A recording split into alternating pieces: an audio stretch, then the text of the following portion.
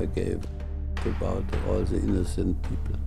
And this, the pompous father, the Governor General, if he would have survived, he would have brainwashed me. I would have become a very right-winged, merciless person. Gudrun, Eda, Niklas, Martin no son simples nombres. Son los descendientes de algunos de los hombres más temidos del siglo XX. Himmler, Göring, Hess, Frank, Bormann, Höss, Speer o Mengele.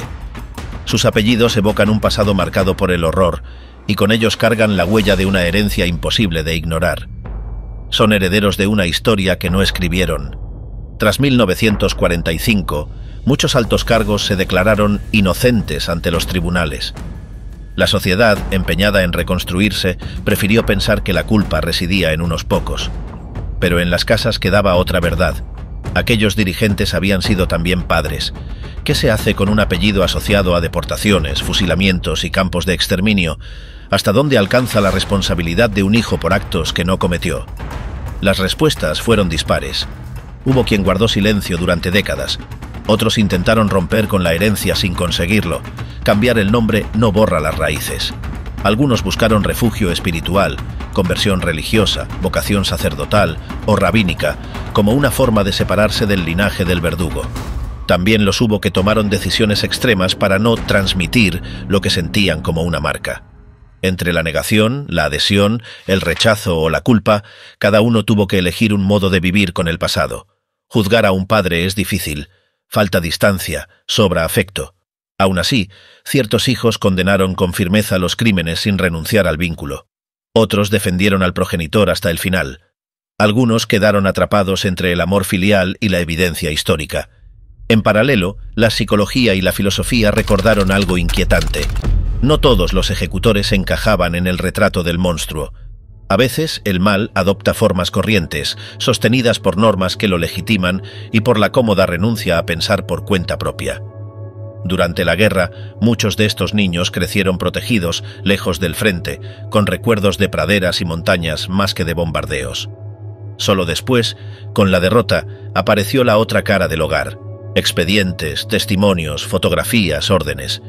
Entonces hubo que mirar de frente aquello que nadie quiso contar. Algunos conservaron el apellido con orgullo, otros lo soportaron como una carga inevitable. No faltaron quienes afirmaron que huir no cambiaba nada. Este es el punto de partida, una herencia incómoda que no se elige, pero que condiciona.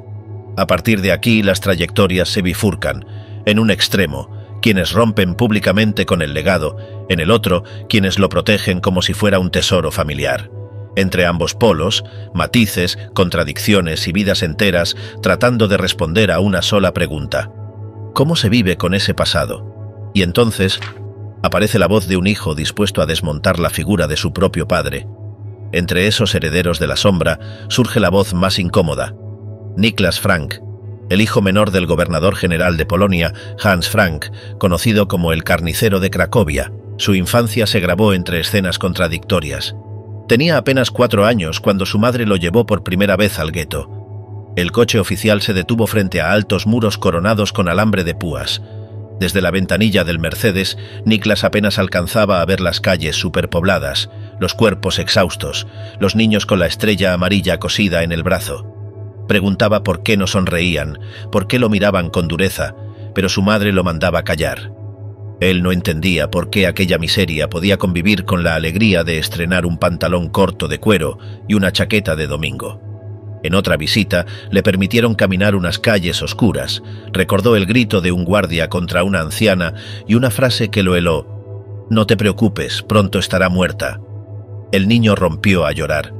Esa imagen, como tantas, volvería años después cuando se encerrara voluntariamente en un cuarto helado para escribir sobre su padre en una vieja máquina Erica. Al mismo tiempo, la vida de los Frank en Cracovia transcurría en un escenario opuesto. El castillo real de Wawel, convertido en residencia del gobernador, desplegaba banderas nazis en sus torres y banquetes en sus salones. Niklas y su hermano jugaban con coches de juguete por los pasillos mientras los criados se apartaban sin atreverse a reñirlos. Se organizaban recepciones con vinos franceses, habanos y dulces servidos en bandejas de plata, mientras en las calles cercanas la población moría de hambre. Con los años, Niklas supo el papel real de su padre en la creación y administración de los guetos, disfrazado de medida de protección. Hans Frank era un jurista convertido en servidor absoluto de Hitler, un hombre que llegó a declarar en público que su misión consistía en atacar físicamente a la raza judía. En su territorio, casi 2 millones de personas serían exterminadas en Belzec, Sobibor y Treblinka. Niklas, el niño al que en su propia casa llamaban el extranjero, creció en medio de ese contraste, entre un padre que lo perseguía en juegos sin ternura, una madre fría y distante, y un palacio donde la cultura se mezclaba con la barbarie. Ese contraste marcaría para siempre su mirada. Las imágenes de la infancia en Cracovia se transformaron con los años en una necesidad insaciable de saber. Niklas no quiso eludir la verdad, la buscó con obstinación, incluso cuando lo desgarraba. Lo dijo sin rodeos. Su padre no era más que un hombre vanidoso, fascinado por castillos, uniformes y joyas. La vida humana para él no tenía valor. Hans Frank se autoproclamaba rey alemán de Polonia, y al mismo tiempo aclaraba que los polacos no merecían un soberano, sino un amo. Era un jurista que se presentaba como mártir del derecho, pero que firmaba decretos de exterminio. Su poder comenzó a resquebrajarse en 1942, acosado por rivales dentro del régimen que lo acusaban de corrupción y enriquecimiento personal. Aún así, permaneció en su cargo hasta que el Frente Oriental se desplomó. Cuando la derrota era inevitable, huyó del castillo de Wawel tras organizar una última fiesta y enviar a Baviera obras maestras robadas, cuadros de Rafael, Rembrandt y Leonardo. El 4 de mayo de 1945 fue arrestado en su residencia alpina. Confiaba en que sus 40 volúmenes de diarios lo absolverían, sin advertir que contenían pruebas de su responsabilidad directa en la aniquilación de millones. Intentó suicidarse, primero en el momento de su detención, después en prisión. Desde la celda culpó a Hitler, a Himmler y a Bormann, presentándose como un obediente atrapado en engranajes ajenos. La falta de arrepentimiento fue lo que Niklas no perdonó jamás. Cuando visitó a su padre antes de la sentencia, tenía 7 años y ya intuía que las palabras sobre volver a casa en Navidad eran una mentira cruel. El tribunal de Nuremberg lo condenó a la horca en 1946. La madre, Brigitte, también cayó. Internada en un campo de desnazificación, convivió con otras esposas de jerarcas. Regresó endurecida y sin un ápice de culpa. Con los años, publicó las memorias de su marido bajo el título Frente a la horca, que se vendieron como un éxito editorial en la Alemania de posguerra, donde el silencio todavía era la norma. Niklas eligió otra vía. En sus libros y entrevistas llamó a su padre asesino y criminal sin reservas. Extendió su crítica también a su madre y a la sociedad alemana, que prefirió no preguntar demasiado.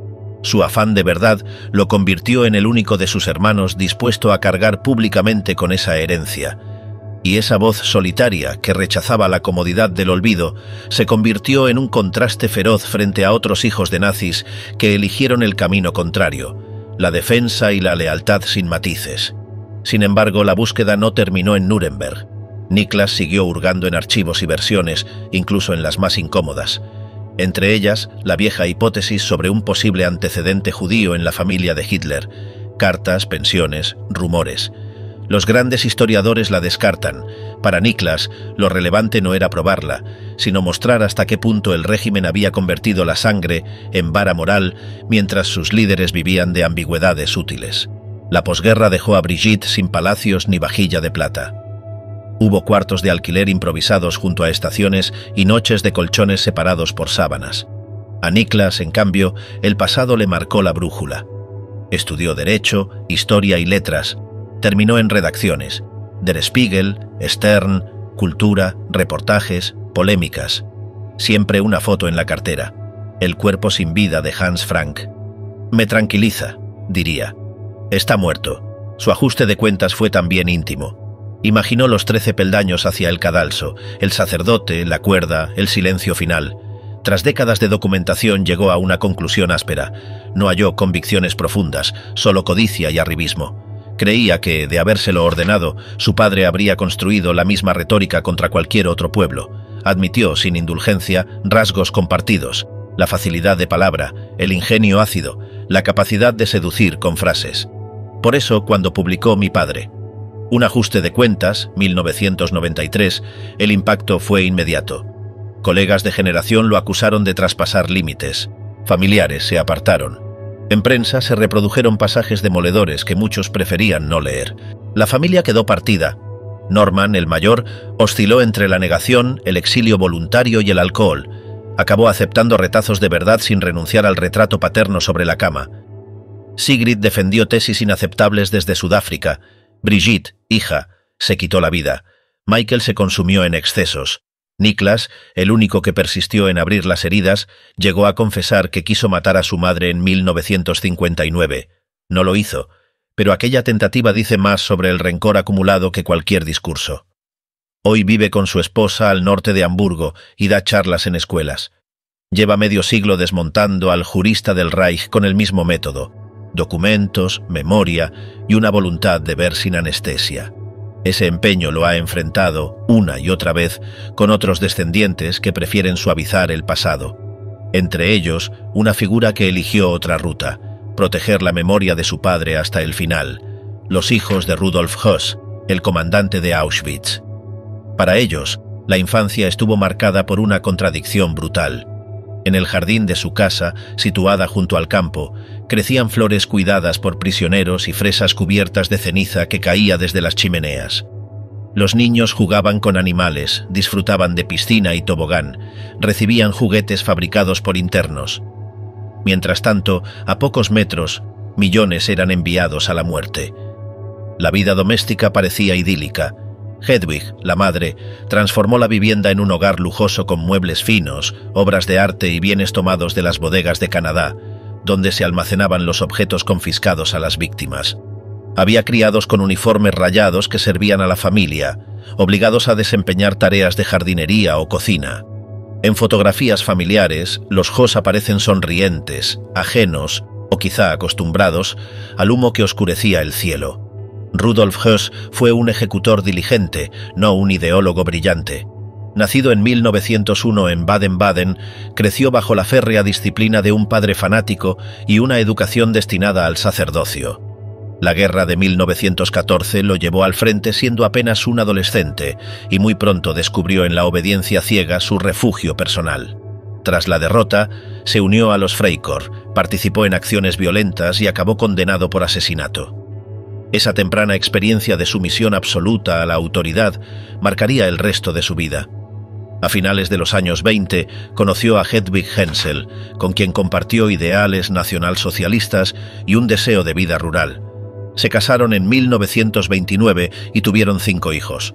Pero pronto abandonó la granja para integrarse en las SS bajo la tutela de Himmler. En Dachau y Sachsenhausen se forjó como especialista en la administración de campos, aprendiendo que el objetivo no era solo vigilar, sino quebrar moral y físicamente a los prisioneros. En 1940 fue designado para crear un nuevo campo en Polonia, sobre el terreno de un antiguo cuartel en Oświęcim. Lo bautizó Auschwitz. Desde entonces, la rutina familiar se instaló junto a la maquinaria del exterminio. Höss combinaba tardes leyendo cuentos a sus hijos con jornadas supervisando asesinatos en masa. Su eficacia y su falta de escrúpulos lo convirtieron en pieza central de la solución final. Mientras sus hijos crecían rodeados de jardines, animales y fiestas, su padre perfeccionaba un sistema industrial de muerte. Esa doble vida, cariñoso en casa, verdugo en el campo, revela de manera inquietante hasta qué punto lo cotidiano pudo convivir con el horror absoluto. La lógica doméstica no se detuvo. Fuera del muro, el engranaje crecía sin pausa. Desde Berlín urgían ampliaciones. Höss lo anotó con frialdad. Los obstáculos solo avivaban su celo.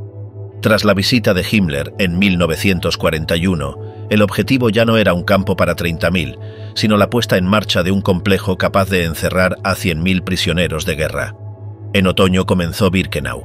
Barracones nuevos, vías cercanas, perímetro sellado. Ese mismo año se ensayó el Zyklon B. El insecticida, pensado para desinfección, se convirtió en método eficiente. Höss lo justificó como una solución limpia, menos perturbadora para los ejecutores que las ametralladoras. El asesinato quedaba industrializado, reducido a turnos, cifras y rendimiento. En sus memorias describió la primera apertura de la cámara. gritos aislados, luego un alarido, la estampida inútil contra las puertas, después el silencio y los cuerpos amontonados, se impuso una rutina: motivar a los SS cada mañana, aumentar el ritmo de los hornos, reportar números. La compasión era debilidad, la tarea una contabilidad. Dentro de la casa persistía la fachada: un padre que arropaba, besaba a su esposa al amanecer, escribía poemas sobre la belleza de Auschwitz. Hedwig, el ángel de Auschwitz, exigía servicio impecable para recibir a Himmler, Eichmann, Glücks. El lujo llegaba desde Canadá: ropa, ajuar, enseres expoliados a quienes aguardaban la muerte. Un prisionero jardinero recordaría banquetes, encargos interminables de vino, azúcar, carne, y la frase de la señora: «Aquí podría vivir para siempre». Cuando los niños jugaron a imitar a los presos con brazaletes de capo, el padre interrumpió el juego con severidad pero sin palabras sobre su trabajo. Solo aumentaba su dureza, su silencio. A fines de 1943, Höss pasó a la oficina central de la SS. Regresó en 1944 para dirigir el exterminio de más de 400.000 judíos húngaros. Durante semanas, el humo ennegreció el cielo a kilómetros. Luego vino la huida: carreteras bombardeadas, noches sin luz, bosques por refugio. La familia terminó en una choza nórdica, sin camas ni mantas. Él con nombre falso y trabajos de granja. Los británicos presionaron a Hedwig y a los hijos. La captura llegó en marzo de 1946. Ante los jueces, Höss fue modelo. Preciso, impasible, fiel a la Weltanschauung que lo había formado. Se veía ejecutor, no responsable. Pedía que recordaran que también tenía un corazón. Pero mientras escribía esas líneas, la pregunta que no dejaba de flotar, en su casa y más allá del muro, seguía creciendo, sin respuesta, sin consuelo. Al final, escribió que amaba a su familia tanto como al nacionalsocialismo.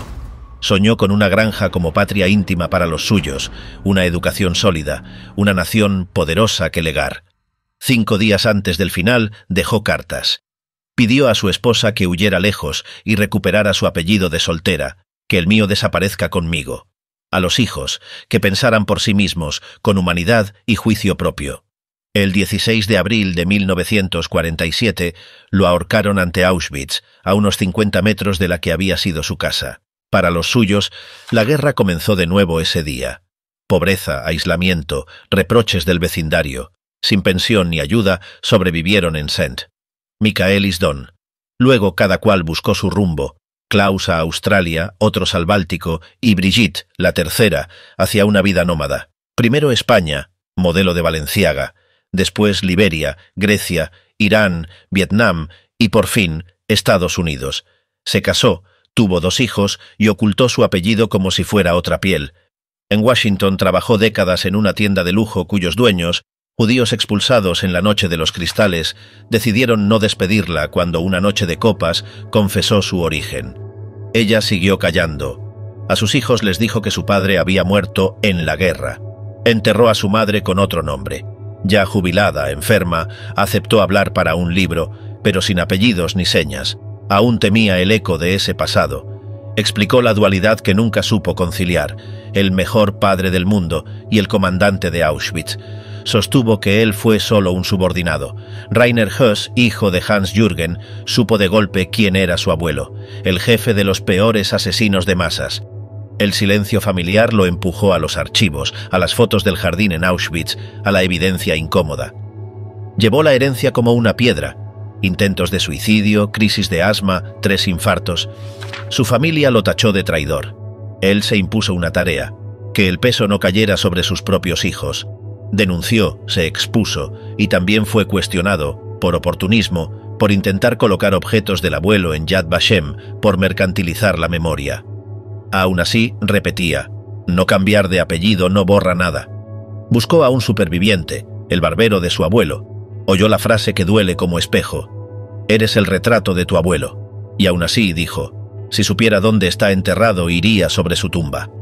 En 2014 prestó su voz a una campaña contra el extremismo. Nunca se olvide de votar, porque los movimientos ultras han aprendido mejor que nosotros. Y mientras lo dice, la línea que une una casa con fresas cubiertas de ceniza, un muro que separa un jardín de una cámara de gas y un apellido que no se puede esconder, sigue trazando su sombra sobre Europa. Mientras los hijos de Rudolf Höss crecían a la sombra de Auschwitz, otra descendiente de la élite nazi se convertía en un símbolo de fidelidad al legado del Tercer Reich, Gudrun Himmler. Décadas después del fin de la guerra, su figura seguía presente en reuniones secretas de nostálgicos, donde antiguos combatientes de las Waffen-SS eran recibidos como héroes incomprendidos. Para ellos, ella no era solo la hija de Heinrich Himmler, sino la princesa del nazismo, guardiana de una memoria prohibida. En esas asambleas clandestinas, Gudrun imponía respeto. Interrogaba a cada veterano con un tono inquisitivo, como si quisiera revivir la autoridad perdida de su padre. Los hombres, muchos marcados por la edad, respondían orgullosos al mencionar su unidad o su pasado en la guerra. Frente a ellos, ella representaba un linaje que nunca renegó de sus raíces. La hija del Reichsführer SS mantenía la convicción de que su padre había sido injustamente condenado y aspiraba a rehabilitar su nombre en la historia. La devoción había comenzado en la infancia. Gudrun fue la única hija legítima de Himmler, a quien él llamaba cariñosamente Pupi, su muñequita. Desde niña lo acompañó en visitas oficiales, incluso a Dachau, el primer campo de concentración. A los 12 años, mientras observaba prisioneros uniformados y demacrados, solo reparaba en la huerta y los invernaderos, como si aquel entorno atroz fuese un escenario más en el ascenso de su padre. Una fotografía la inmortalizó ese día, sonriente, de la mano de Himmler, en medio de un mundo de opresión que ella no alcanzaba a comprender. El vínculo con su padre era absoluto. En su diario, Gudrun celebraba cada nuevo cargo de Himmler, escribiendo con entusiasmo infantil cuando fue nombrado ministro del Interior. Aquel hombre, frágil en su juventud y acomplejado por su físico, había encontrado en la disciplina y en el fanatismo racial la forma de imponerse. Como jefe de las SS y de la Gestapo, se convirtió en el arquitecto del sistema de campos de concentración y del exterminio planificado de millones de personas. En lo íntimo, sin embargo, seguía siendo para Gudrun un padre presente. Himmler mantenía con ella un contacto constante, con cartas y llamadas en las que, aunque nunca revelaba sus crímenes, reforzaba el lazo familiar. En esas cartas solo mencionaba el cansancio y las tareas pesadas de su labor, ocultando deliberadamente el trasfondo del horror. Para su hija era el padre cariñoso que la llamaba por teléfono y le dedicaba tiempo, mientras en paralelo diseñaba la maquinaria de exterminio más implacable del siglo XX. La agenda de Heinrich Himmler registraba con frialdad doméstica: jugué con los niños, conversación con Pupi. Entre líneas, el mandato, obediencia, limpieza, notas impecables. Cuando Gudrun fallaba, el Reichsführer estallaba. En casa, la disciplina era virtud, en el Estado, dogma. A comienzos de 1938, Himmler inició una relación con su secretaria, Hedwig Potthast. Bajo su doctrina pronatalista, nacieron Helge en 1942 y Nanette Dorothea en 1944. Hedwig fue instalada en Schönau, cerca de Berchtesgaden, a resguardo y a la sombra, esperando un después de la guerra que nunca llegó. Marga, la esposa, registró con cansancio el agravio, volvió a ponerse la cofia de enfermera y sirvió en la Cruz Roja. En Polonia, su pluma dejó asomar un antisemitismo sin velos. Gudrun, mientras tanto, crecía sola en Gmund. El padre prohibió que se mudara a Berlín. Los bombardeos hacían de la capital una amenaza. La niña, nerviosa y con dolores de estómago, siguió la guerra desde la escuela y desde su cuaderno. El 22 de junio de 1941 escribió a su padre: «Es espantoso que le hagamos la guerra a Rusia. Rusia es tan grande». En su diario de 1943 ya soñaba con una finca en el este cuando llegara la paz. Corredores más claros, habitaciones más grandes, una casa en Obersalzberg. La imaginería de la victoria impregnaba la arquitectura de sus deseos. El desembarco en Normandía y el avance soviético quebraron esa ilusión. Sería impensable perder, se dijo en julio de 1944. Ese mismo mes, su padre mandó cavar un búnker en el jardín de Gmund con prisioneros de Dachau. Las visitas de Himmler fueron cada vez más breves. 3, 4 días, luego cartas con fotos, paquetes con chocolate y queso, a veces latas por decenas de kilos, privilegios que resistían incluso al racionamiento. En marzo de 1945, Gudrun anotó su frustración. La Luftwaffe sigue siendo mala. Göring no se ocupa de nada. Goebbels hace mucho. Su padre, siempre en segundo plano. La última vez que lo vio fue en noviembre de 1944. La última llamada a fines de marzo del 45. En enero, madre e hija abandonaron Gmund y huyeron al sur. El búnker ya no bastaba. El 13 de mayo, refugiadas cerca de Bolzano fueron detenidas.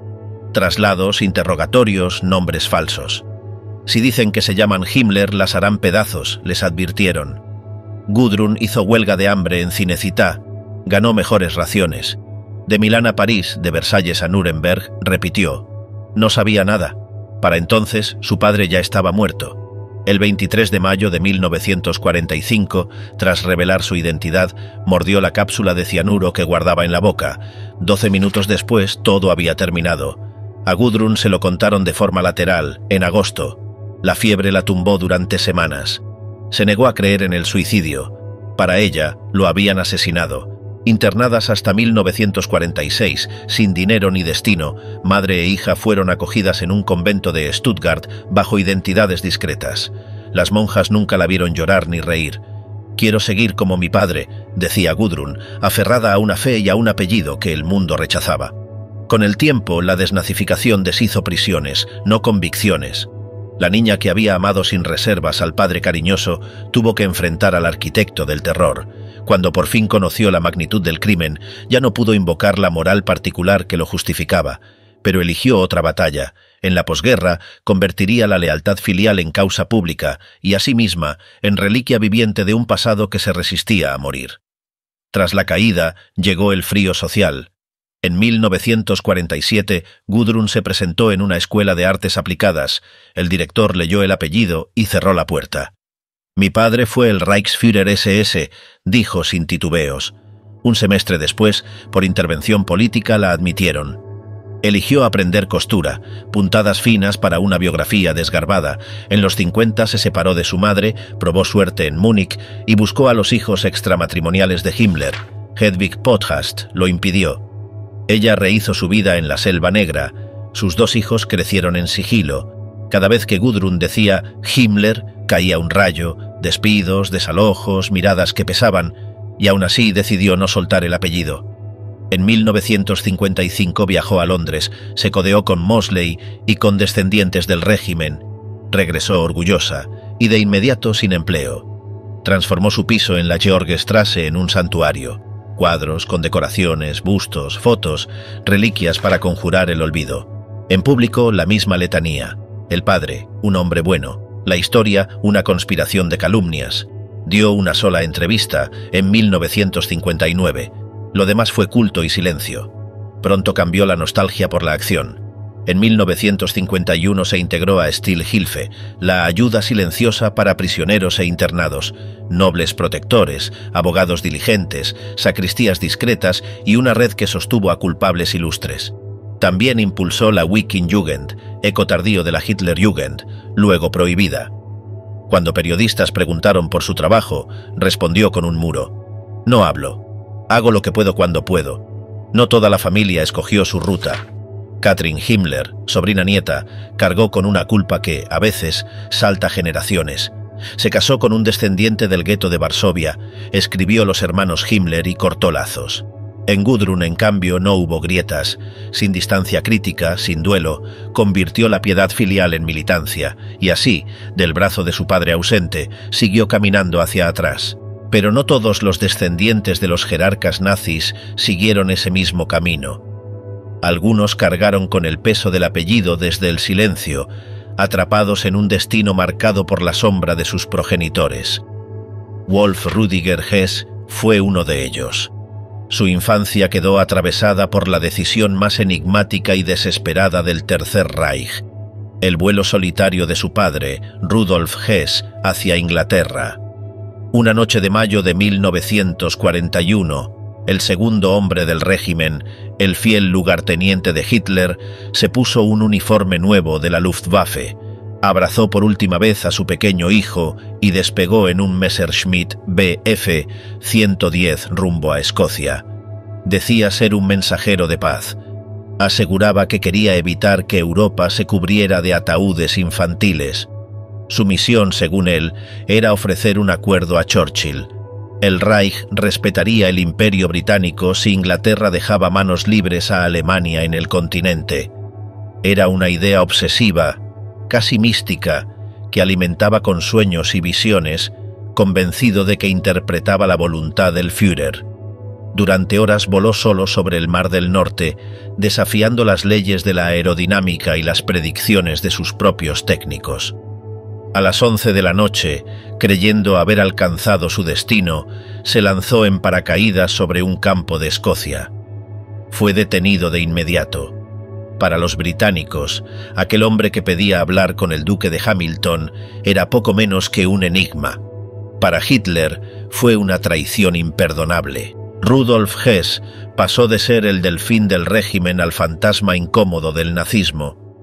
Internado en Inglaterra, acusado de locura y más tarde sentado en Nuremberg, terminó sus días en la prisión de Spandau. Y en medio de todo ello creció su hijo, Wolf Rüdiger. Aquel niño que, tras el vuelo solitario de su padre en mayo de 1941, quedó solo con su madre, marcado para siempre por un apellido que nunca escogió, pero que lo acompañaría como una condena a lo largo de su vida. El niño creció con una ausencia y con un rumor, que su padre estaba loco. En Inglaterra, Rudolf Hess guardaba restos de comida para probar un envenenamiento y cambiaba la bandeja con los oficiales por miedo a alguna sustancia. Si hace calor, dirá que lo queman; si hace frío, que lo congelan, ironizó Göring en Nuremberg. Para Wolf Rüdiger, aquello no era demencia, era el precio de haber intentado la paz. La caída del delfín borró el apellido de fachadas y aulas. Ilse y su hijo dejaron Múnich y se refugiaron en Bad Oberdorf, entre montañas que el padre imaginaba como escuela de carácter para su muchacho de la montaña. Desde la celda, Hess seguía la educación del niño. Ajedrez por carta, lecciones, admoniciones. «Que algo te queme», le escribió, «aunque nadie te lo publique ni te lo crea». El hijo guardó esa consigna como amuleto. El veredicto de Nuremberg no lo señaló por crímenes contra la humanidad, pero lo condenó a cadena perpetua por crímenes contra la paz. Tenía 8 años cuando escuchó: «Tu padre vivirá». Él lo oyó al revés: su padre no saldría, y decidió que la sentencia era una injusticia. Spandau se convirtió en metáfora, una fortaleza para 7 hombres, y durante décadas para uno solo. Hess eligió el aislamiento y rechazó visitas familiares durante 24 años. Afuera, Wolf Rüdiger aprendía a responder a los insultos del patio con una mezcla de desarme y orgullo infantil. Luego llegó el golpe de la posguerra. Ilse, detenida en 1947, compartió barraca con otras viudas del Reich. Al niño lo llevaron a verla. Allí descubrió que había más como él, hijos que jugaban entre alambradas y apellidos. Intentó internados, cambió de escuelas, fue rechazado en Salem por ser el hijo de. Su madre publicó un libro que presentaba a Hess como prisionero de la paz. Él, ya joven, viajó, enfermó, estudió ingeniería y se negó a servir en la Bundeswehr. ¿Cómo servir a quienes condenaron a mi padre? Ganó la exención como objetor y se entregó a una misión propia: rehabilitar a Rudolf Hess. Reunió firmas, convenció a nombres ilustres, repitió una tesis. El vuelo a Escocia no fue locura ni fuga de poder, fue mandato tácito del Führer. Los diagnósticos psiquiátricos, depresión, hipocondría, esquizofrenia, le parecieron a la familia etiquetas políticas. Los médicos describieron amnesias caprichosas. Göring dijo que Hess engañó al tribunal. Para el hijo, todo eso era ruido. Lo único nítido eran 3 fotos colgadas frente a una cama: esposa, hijo, Führer, y luego solo 2, cuando llegó Nuremberg. En 1969, la úlcera del viejo prisionero abrió una rendija. Por fin, en Nochebuena, Wolf Rudiger volvió a verlo. 75 años, sin derecho a un abrazo, sin regalos, con intérpretes y directores sentados al lado, como si el afecto también debiera custodiarse. El primer abrazo llegaría recién en 1982. Las preguntas, todas, quedaron en suspenso. Wolf Rudiger convirtió ese suspenso en libros. Mi padre, Rudolf Hess, 1986. ¿Quién asesinó a mi padre, Rudolf Hess? 1989. No me arrepiento de nada, 1994. Allí fijó su credo: no hubo locura, hubo misión, no hubo suicidio, hubo crimen. Y sobre todo, hubo un hijo que decidió vivir y pelear en la sombra alargada de un apellido. Spandau redujo a un hombre a un ritual de 12 cartas al año, menos de 1300 palabras cada una, censuradas hasta prohibir un saludo al perro. Wolf Rudiger guardaba los paquetes anuales como si fueran estaciones de un vía crucis privado. Tras la liberación de Speer y von Schirach, su padre quedó solo, el preso más caro del mundo, una prisión entera para un único recluso. El hijo no dejó de batallar. En 1987 creyó ver una rendija. Por primera vez en 2 décadas, la embajada soviética contestó. Había reunión fijada y una solicitud de libertad condicional presentada. Cuando fue a contárselo, encontró a Rudolf Hess muy debilitado, sin poder caminar sin ayuda. El 17 de agosto llegó el golpe seco. Una llamada en inglés. Ha fallecido a las 16:10, sin detalles. Al día siguiente, ante Spandau bloqueada, oyó la versión oficial: suicidio con un cable en la caseta del jardín. Tenía 93 años. Wolf Rudiger vio nervios, obstáculos, silencios y decidió que habían asesinado a su padre. Encargó una segunda autopsia.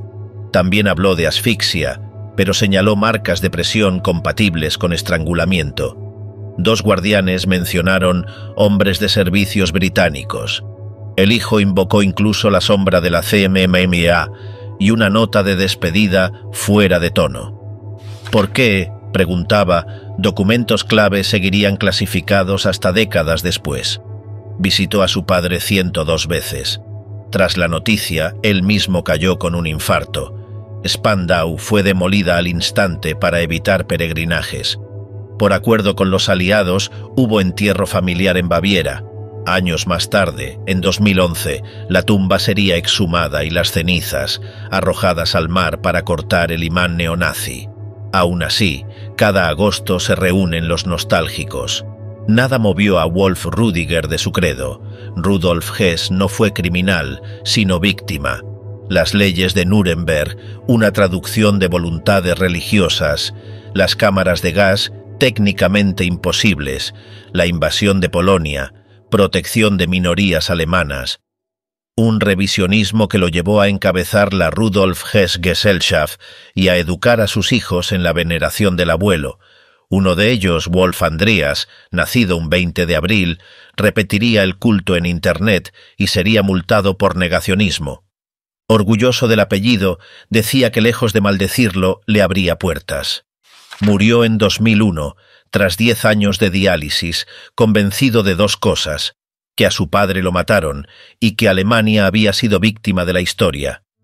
Niklas Frank, el hijo del gobernador general de Polonia, veía en ese destino un peso aún más cruel que el suyo.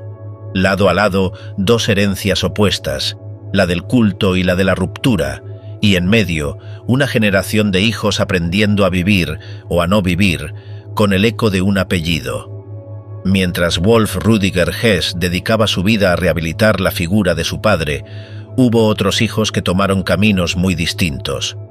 Uno de los más significativos fue el de Martin Adolf Bormann, conocido de niño como Kronzi, el príncipe heredero del nazismo, por ser el primogénito del hombre que había manejado los hilos del poder en la sombra. Martin Bormann, el secretario particular de Hitler. La vida de aquel hijo comenzó marcada por un símbolo. Nació en 1930, en Grunwald, y fue el primer ahijado del propio Führer, que le dio su segundo nombre, Adolf. Sus padrinos eran nada menos que Adolf Hitler y la esposa de Rudolf Hess. Pero esa herencia, que parecía un honor dentro del Tercer Reich, pronto se convertiría en un peso insoportable. Su infancia estuvo rodeada de lujos, pero también de un rígido aislamiento. Creció junto a sus 9 hermanos en el círculo más íntimo del Führer, en el Obersalzberg, donde los hijos de los jerarcas nazis jugaban protegidos por la SS, ajenos a la realidad de un continente en guerra. Allí, el pequeño Krönzi aprendió pronto que era diferente. Mientras sus compañeros asistían a clases de catecismo, él era apartado porque su padre, fanáticamente antirreligioso, consideraba que no lo necesitaba. Ese entorno marcó profundamente su niñez. Su madre, Gerda Bormann, era una fanática del régimen y una convencida promotora de la poligamia en nombre de la causa. Su padre, en cambio, apenas le dedicaba atención y cuando lo hacía, era con severidad. El niño creció sin calor paterno, sin comunicación afectiva, educado para venerar al Führer como si fuera un enviado divino. A los 10 años, Martin Adolf fue enviado como castigo al internado nacionalsocialista de Feldafin, una escuela de élite del Reich donde se formaban futuros cuadros del nazismo. La disciplina era dura y la integración difícil, pero allí comprendió de manera brutal el vacío ideológico de su padre. Lo recordaba con claridad. Un día le preguntó qué era el nacionalsocialismo y la respuesta de Martin Bormann fue tan simple como reveladora. El nacionalsocialismo es la voluntad del Führer. Para su hijo, esas palabras resumieron la esencia del régimen. No había principios claros, solo obediencia ciega a un hombre. En 1943, durante una visita al internado, fue la última vez que recibió una enseñanza directa de su padre. 2 años más tarde, el derrumbe del Reich cortaría para siempre ese vínculo. Martin Adolf tenía apenas 15 años cuando el mundo de los Bormann se vino abajo. La noche del 1 de mayo de 1945 quebró al príncipe heredero. Al apagarse la radio con la noticia de la muerte del Führer, quedó un silencio denso, perforado solo por disparos sueltos. Para Krönzi, aquello fue el fin, y sin embargo, también el comienzo. La intuición, casi física, de que salvarse significaba aprender a vivir sin el mito. Dispersada su escuela, regresó al Obersalzberg con el brazal rojo de la Hitlerjugend y fue recibido con una orden seca: quemar el uniforme, cambiarse el apellido, desaparecer. Con documentación falsa, Bergmann y una chaqueta gris prestada, inició una huida sin mapa. Salzburgo, San Johann, trabajos agrícolas, estaciones vacías y un llanto súbito al confundir un Mercedes con el coche de su madre. Vivía convencido de que si lo descubrían, lo fusilarían por ser hijo de Martin Bormann. No sabía si su padre estaba vivo. La guerra terminó para él en una granja de Hintertell, al sur de Salzburgo. Allí lo acogieron sin preguntas. Allí aprendió a llevar ganado y, sobre todo, a rezar. En esa cocina de madera, entre panes calientes y periódicos húmedos, entró por primera vez la palabra que nunca había oído en el Obersalzberg: holocausto. Las fotos de Bergen-Belsen desbarataron su infancia protegida. Los obreros de Dachau que de niño había visto no tenían nada que ver con aquellos esqueletos vivos que miraban a la cámara. Descubrió el abismo y una responsabilidad que no es culpa, pero tampoco es olvido. El cuarto mandamiento nos pide honrar a los padres en cuanto padres, diría después, no sus cargos ni sus crímenes. Aprendió a separar al padre íntimo del funcionario del mal y a dejar el juicio último a Dios. Al tiempo, asumió que su progenitor combatió a la Iglesia que él empezaba a amar. En 1947 pidió el bautismo católico y se formó con los misioneros del Sagrado Corazón en Salzburgo. Hubo delaciones, un breve arresto del Centeim MBC y la intervención del arzobispo para liberarlo. Ese mismo año supo de la muerte de su madre, Gerda, la devota del Reich que acabaría pidiendo un entierro religioso, mientras sus hermanos eran repartidos en familias de acogida y convertidos, casi todos, al catolicismo. Algunos murieron jóvenes, otros eligieron el silencio del Tirol. Él tomó otro rumbo, el del seminario. Martin Adolf Bormann fue ordenado sacerdote en 1958. Celebró su primera misa en Maria Kirchenthal, la iglesia de su refugio. Durante años, dijo, temió la sombra de su padre y el odio de quienes lo confundieran con él. No lo odio, repetía. Aprendí a distinguir al individuo del político. Y sobre esa grieta edificó una vida que fue lo contrario del culto al poder. Una vocación de servicio que por fin no necesitaba apellidos. Tras la guerra, el nombre de Martin Bormann se convirtió en un fantasma. Se hablaba de fugas imposibles, de operaciones secretas de la KGB, de curaciones clandestinas de Mengele en Paraguay. Durante décadas, su hijo vivió sin certezas. No fue hasta 1972, cuando un esqueleto hallado en Berlín fue identificado como el de su padre, que el enigma pareció cerrarse. Aunque las dudas nunca desaparecieron del todo. Martin Adolf, mientras tanto, había trazado un destino opuesto al de su progenitor. En 1961 partió como misionero al Congo, en plena guerra civil. Allí conoció la violencia, la tortura y los simulacros de ejecución. Sobrevivió y en ese límite entendió su vida como una concesión de la providencia. En 1971, un grave accidente automovilístico lo llevó a otro cruce. Al despertar del coma, conoció a una religiosa que se convirtió en su esposa. Renunció a sus votos y juntos dedicaron sus vidas a la educación y a la enseñanza de la fe.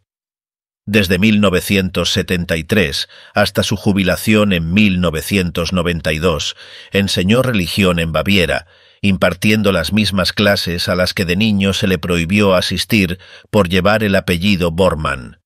En paralelo, se integró en los encuentros impulsados por el psicólogo israelí Dan Baron, donde hijos de víctimas de la Shoah y descendientes de criminales nazis compartían memoria y silencio. Allí comprendió la diferencia. Los hijos de sobrevivientes heredaban un trauma innombrable. Él, en cambio, había cargado con el peso del secreto, el miedo constante a ser descubierto como hijo de un jerarca. Ya jubilado, viajó a Israel en 1993 siguiendo las huellas bíblicas del Éxodo y quedó fascinado por esa tierra que sus padres habrían desdeñado. Escribió sobre la manipulación del lenguaje en la propaganda nazi, analizando incluso las cartas de su padre. Durante años, impartió talleres en Alemania, Estados Unidos e Israel, buscando tender puentes donde antes solo hubo muros. En 1995, cuando murió Ilse Hess, madrina de bautismo y esposa de Rudolf Hess, fue él quien pronunció la oración fúnebre. Viejos lazos de infancia entrecruzados en la tragedia los reunían de nuevo, esta vez bajo la sombra irreversible de la historia. Martin Adolf Bormann falleció el 11 de marzo de 2013. Había vivido como hijo de uno de los hombres más temidos del Tercer Reich y había elegido ser sacerdote, maestro y testigo. Frente al silencio que dominó su niñez, optó por la palabra, la de la fe, la del diálogo y la de una memoria incómoda pero necesaria. Con su vida demostró que incluso desde el linaje más oscuro puede intentarse otro camino. Después de recorrer las historias de otros descendientes del Tercer Reich, la narración nos conduce ahora hasta la figura de Horst von Wechter. Nació en Viena, en abril de 1939, bautizado en honor a Horst Wessel, mártir convertido en símbolo del partido nazi. Su padre, Otto von Wechter, fue un ferviente nacionalsocialista desde el inicio y durante la guerra alcanzó el cargo de gobernador en la región de Galicia, en la actual Ucrania. La infancia de Horst estuvo marcada por un entorno que combinaba privilegio y normalidad aparente con la sombra de un régimen criminal. Sus primeros recuerdos lo sitúan en el verano de 1945, cuando cumplió 6 años. La caída del Reich coincidió con su cumpleaños, y aquel día comprendió, aunque sin entenderlo del todo, que su mundo se desmoronaba. Recordaba el temblor de la casa bajo las bombas aliadas y la sensación de que el futuro había desaparecido de golpe. Décadas después, sentado en su castillo en ruinas convertido en refugio de artistas, mostraba a los visitantes un extraño interés por piedras, símbolos y números. Evocaba la arquitectura como si fuera el hilo conductor de su vida, un modo de desviar la conversación hacia lo intemporal, evitando la confrontación directa con el pasado inmediato de su familia. Entre álbumes de fotos familiares aparecían imágenes de Adolf Hitler, de visitas a Dachau o de escenas en el castillo de Wawel, en Cracovia, donde su madre posaba sonriente junto a jerarcas nazis. Para un observador externo, esas instantáneas revelan la cercanía íntima de su familia al núcleo del poder nacionalsocialista. Para Horst, en cambio, eran recuerdos domésticos, momentos de vacaciones, juegos infantiles y paseos de invierno. Uno de los episodios más reveladores que conserva de su niñez es la visita al gueto de Cracovia.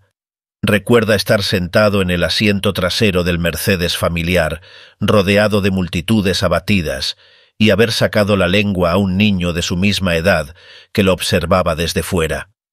La niñera lo reprendió en silencio, haciéndole comprender que aquella reacción era cruel, aunque en ese instante él solo lo viviera como un gesto infantil. Su madre, mientras tanto, deambulaba por el gueto en busca de pieles y objetos de lujo. Para los judíos obligados a vender, aquel encuentro podía ser una ilusión momentánea de supervivencia. La esposa del gobernador quizá les aseguraba un día más de vida. El matrimonio de sus padres se resquebrajaba al mismo ritmo que la guerra. Otto von Wechter exigía el divorcio, pero su esposa apeló directamente a Hitler, quien prohibió formalmente la separación hasta después de la contienda. En una carta cargada de desesperación, el propio Otto describía montañas de cadáveres y suplicaba a su mujer que lo liberara del vínculo. Ella se negó.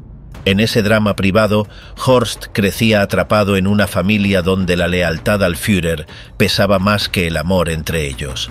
Con el derrumbe del Reich llegó también la fractura interior. Siempre pensé que Polonia era nuestra, recordaría después. El verdadero golpe no fue inmediato. Surgió cuando el silencio se quebró y las pruebas del horror se hicieron visibles. Su madre soñaba con un hijo abogado, sostenido por las viejas redes de favores. Él eligió cortar con ese camino. Rechazó la herencia, buscó ser útil, asistió a un pintor judío y viajó hasta Nueva Zelanda. Era más que un giro biográfico.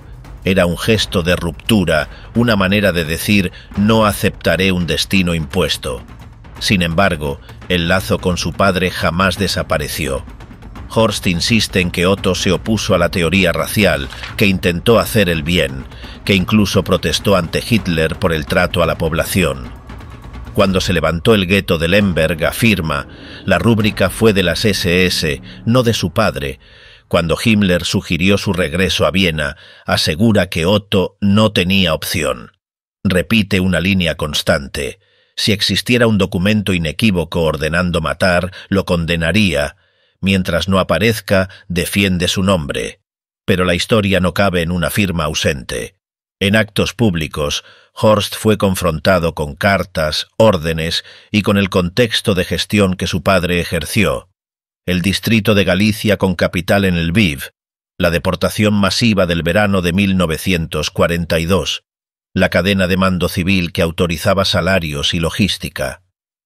En la antigua sala parlamentaria donde se anunciaron medidas que desembocaron en decenas de miles de asesinatos, la evidencia resonaba con fuerza. La maquinaria no se movía sola, exigía consentimiento, coordinación y presencia, y Wechter estuvo allí. Horst se aferra a otro relato. La veneración ucraniana por la división Galicia, él hizo lo que pudo frente a un engranaje inevitable, pero derecho y memoria convergen en una verdad incómoda. La autoridad civil no necesitaba disparar para ser responsable, bastaba con sostener el andamiaje que permitió cada disparo. En el fondo, su defensa no es solo sobre Otto von Beckter, es sobre sí mismo. Si el padre fue decente, el hijo puede vivir en paz. Pero la pregunta que queda es más grande que un apellido. ¿Qué ocurre cuando el afecto íntimo choca contra la verdad histórica? Aquí no hay refugio posible, solo una certeza incómoda. En los crímenes de Estado, la ausencia de una firma no borra la huella del poder que los hizo posibles. El papel que parecía faltar apareció en 1946 desde un archivo polaco. Una solicitud a las autoridades estadounidenses para entregar a Beckter por asesinatos en masa, fusilamientos y ejecuciones. Lo señalaba, en su calidad de gobernador del distrito de Galitzia, como responsable de más de 100.000 muertes. Horst lo contempla y lo reduce a generalidades, a lenguaje soviético, a política de posguerra. Pero el documento no estaba aislado. Lo acompañaban cartas, cadenas de mando y registros. La misiva de Otto a su esposa anunciando la Grossaktion, las nóminas de la policía auxiliar cuyos sueldos firmaba su despacho, los listados que sustentaban la maquinaria. Puede que no rubricara cada orden, pero el peso del mando llevaba su nombre. En la sala histórica de Lviv, antiguo parlamento y después universidad, se evocan aquellas proclamas que abrieron la puerta al exterminio. Horst insiste. Era retórica, era un sistema inevitable, él trató de evitarlo. La evidencia responde con una pregunta simple. Si no ejercía poder, ¿quién autorizó uniformes, cordones policiales, presupuestos y trenes? El derecho lo llama responsabilidad de mando, la memoria, responsabilidad moral. La marcha hacia el bosque corta cualquier excusa. El 25 de marzo de 1943, 3.500 personas, entre ellas la familia del narrador, fueron conducidas hasta allí. Avanzaron sobre una tabla improvisada y recibieron una bala en la cabeza antes de caer en la fosa.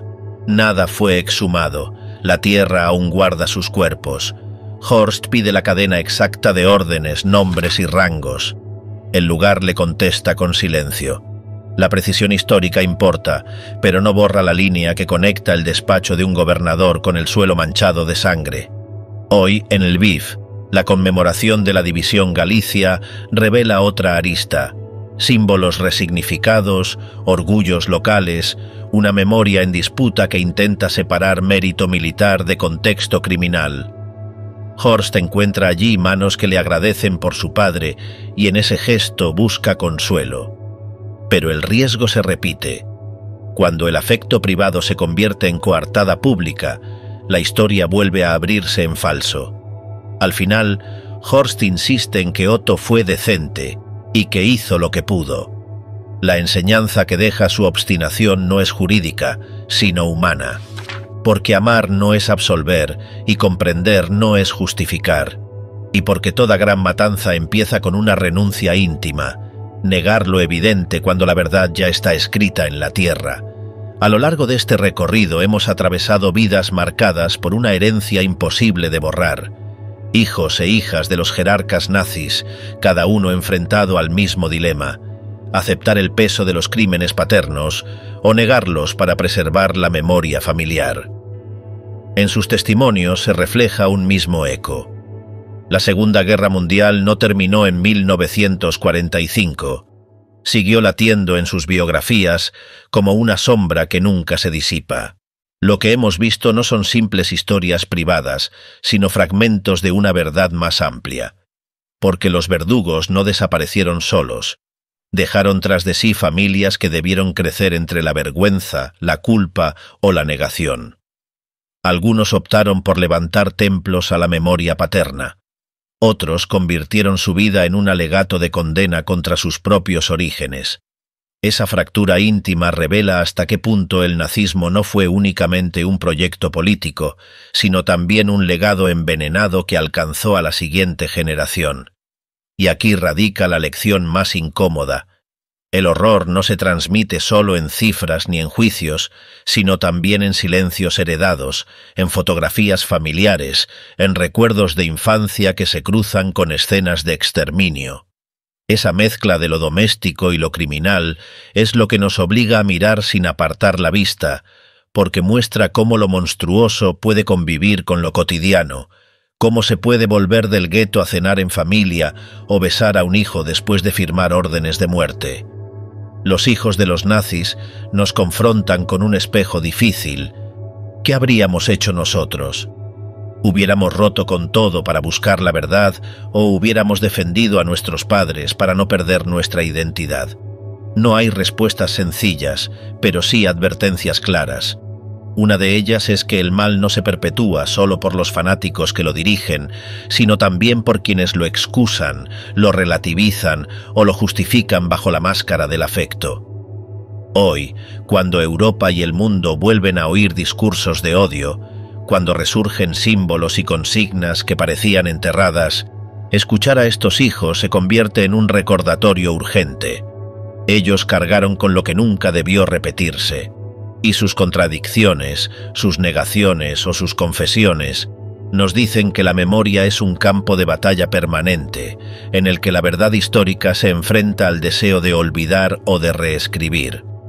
Este documental no es solo un viaje al pasado, es una advertencia para el presente, porque cada vez que alguien minimiza un crimen, cada vez que se relativiza la violencia o se invoca la obediencia como justificación, vuelve a abrirse la puerta a aquello que creíamos imposible. La historia de los hijos de los verdugos nos recuerda que la verdadera herencia no está en la sangre, sino en las elecciones, y que la única forma de romper el círculo es asumir la responsabilidad que ellos, en su tiempo, no asumieron. Porque lo que se niega vuelve, lo que se recuerda previene.